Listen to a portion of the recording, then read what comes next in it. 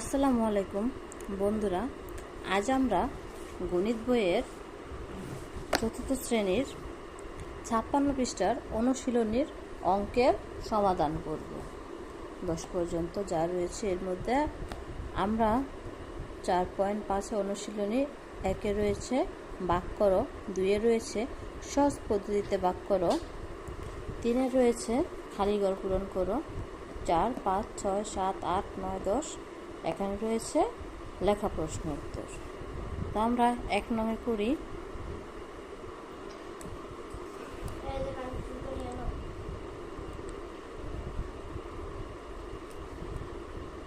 উপর নিচ বা 30 বা 60 আমরা একটা সহজ পদ্ধতি ব্যবহার করতে পারি আমাদের একটু সুবিধার জন্য। সেটা হচ্ছে আমরা প্রথম সংখ্যাটি দিয়ে এই 6-এর প্রথম সংখ্যার মধ্যে ভাগ করে দেখি যে কত হয়।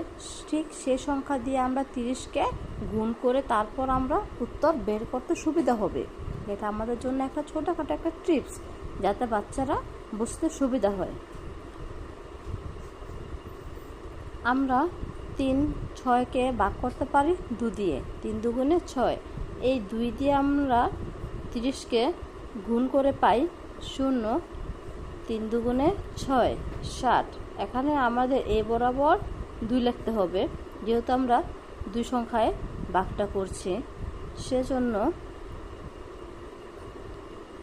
0। 30 দিয়ে 60কে ভাগ করলে 30 দুগুণে 60, 60 থেকে 60 বাদ হলে হয় 0। এখন আমরা 2 করি, 90 ভাগ 40।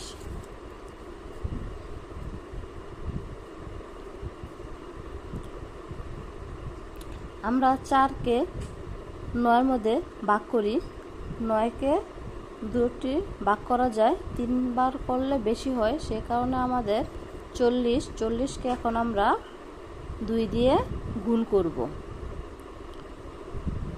4 দুগুণে 8, এখানে হয়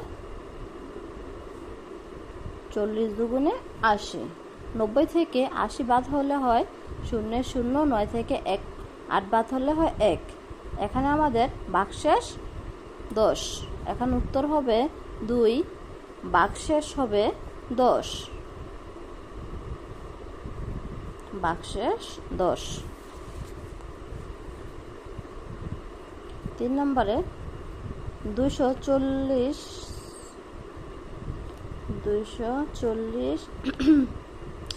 ভাগ 30, 30 ভাগ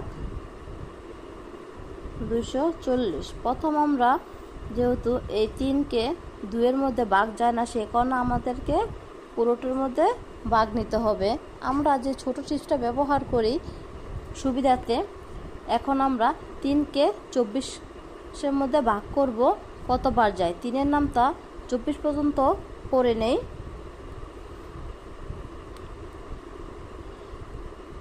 3 8 24, তাহলে আমাদের 30কে 8 দিয়ে ভাগ করব, গুণ করে নেব। 0, 0, 3 8 24, উত্তর হবে 8। এখানে উত্তর বসিয়ে নেব 240। 240 থেকে 240 বাদ হলে হয় 0, উত্তর হবে 8।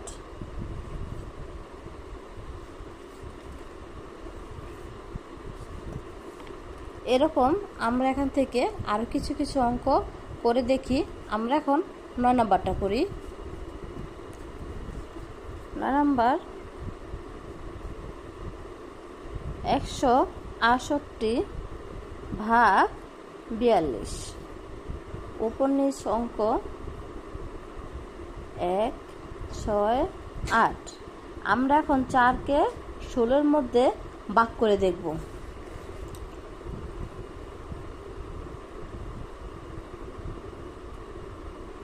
4 4 16।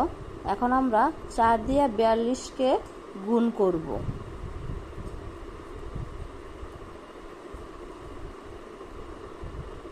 4 দুগুণে 8, 4 4 16,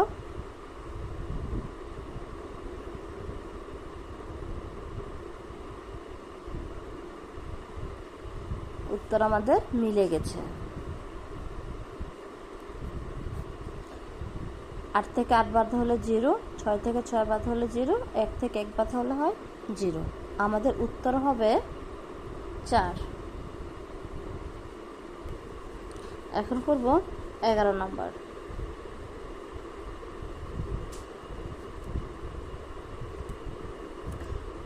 224 ভাগ 28।